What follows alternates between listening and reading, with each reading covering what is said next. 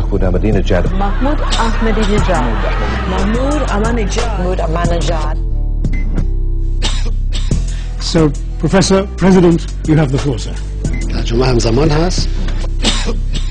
خانم ها و آقایان، قصد دارم در فضای پر التهاب کنونی به برخی چالش های مهم، موضوعات مهم اشاره کنم، پیشنهادات خود را ارائه کنم. موضوع ما کاملا روشن است. ما میخوایم کت خدای دنیا باشه. اتفاقا ریشه همه جنگ های دنیا همینه.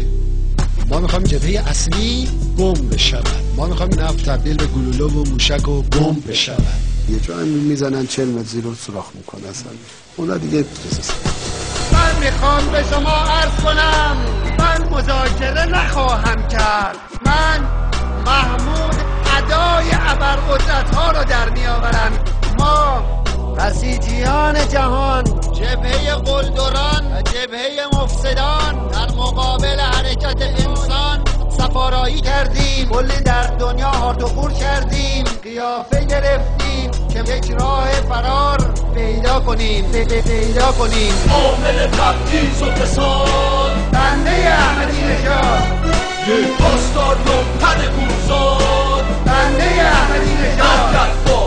نظام جمهوری اسلامی نه پایه‌ای داره، نه چاره‌ای داره، هیچی نداره. وظیفه دولت وحشیگری است، اشکالی نداره.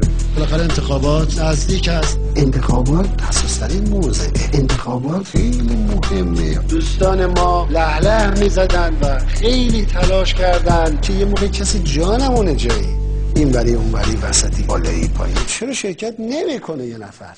انتخاب طراحی شده پشت درهای بسته انتخاب واقعی است. قانون مال غربیاست. یه خودی هم شکرشون رو صابون نزده.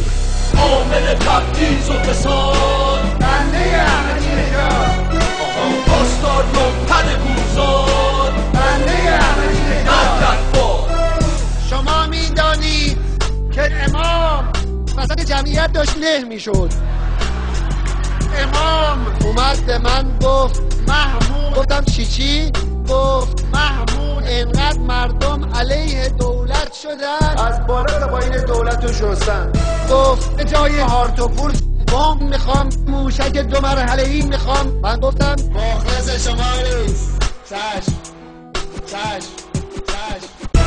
آخه ما یه ابرقدرتی هستیم، یه چیزی هستیم، سنگ و دندانی نشان میدیم، کسی هستیم. همین خود بنده یعنی یک جرثومه سیاه و کثیف، مثل یک حیوان درنده. بنده احمدی‌نژاد، با کسی دست نخواهم داد. عامل تبعیض و فساد، بنده احمدی‌نژاد، پاسدار لومپن گوزاد، بنده احمدی‌نژاد. در پایان قصد دارم اشاره کنم که فروپاشی ما نزدیک است. حسابی هم هست، جدی‌تر از جدی هم هست.